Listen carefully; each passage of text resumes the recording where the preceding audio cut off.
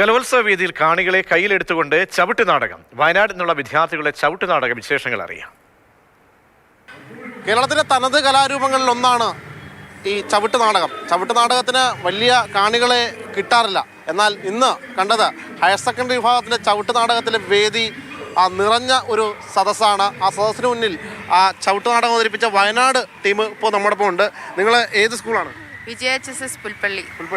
എത്ര വർഷമായിട്ട് ഈ ചവിട്ടുനാടകം നിങ്ങൾ പ്രാക്ടീസ് ചെയ്യുന്നുണ്ട്? 4-5 കൊല്ലായി. 4-5 കൊല്ലായി. അപ്പോൾ ഈ കലോത്സവത്തിന് എത്ര വർഷമായി വരാൻ തുടങ്ങിയിട്ട്? ഞങ്ങള് 2 കൊല്ലായി. സീനിയേഴ്സ് ഒക്കെ വന്നിട്ടുണ്ട്. ഗ്രേഡ് കിട്ടിയിട്ടുണ്ടോ? കിട്ടിയിട്ടുണ്ട്. A ഗ്രേഡ് കിട്ടിയിട്ടുണ്ട്. എങ്ങനെയുണ്ടായിരുന്നു ഇന്നത്തെ മത്സരം? ഇന്നത്തെ മത്സരം വളരെ നല്ലതായിരുന്നു. ആരാ ഇന്ന് ടയേർഡായത്? എന്താ പറ്റിയ? തലയിറങ്ങി പോയതാ. ചവിട്ടുമ്പോ ഭയങ്കര കാലിനൊക്കെ ഭയങ്കര വേദന തോന്നുന്നല്ലേ? കുഴപ്പമില്ല. അസനെ, ഈ പിള്ളേര് പോയി കഴിഞ്ഞാൽ പിന്നെ നമുക്ക് ഈ ചവിട്ടുനാടകം നിന്ന് പോകുന്നൊരു സമയമാണോ, അവസ്ഥയാണോ? ഇല്ല, ഞങ്ങൾക്ക് സമിതിയുണ്ട്.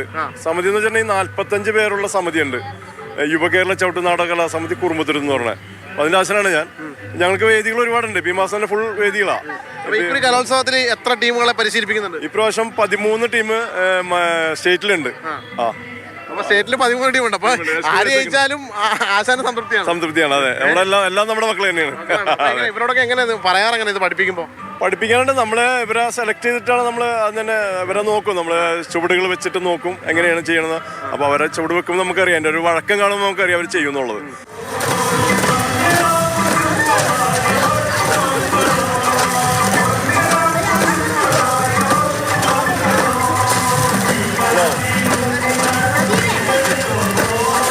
എന്തായാലും കൊള്ളാം, ഗംഭീരമായിട്ടുണ്ട്. കാരണം ഇപ്പോൾ തൊട്ടപ്പുറത്ത് മത്സരം നടക്കുന്ന ആ പാട്ടിനൊപ്പം ചുമ്മാ അവര് ചുവടുവെച്ചതാണ്.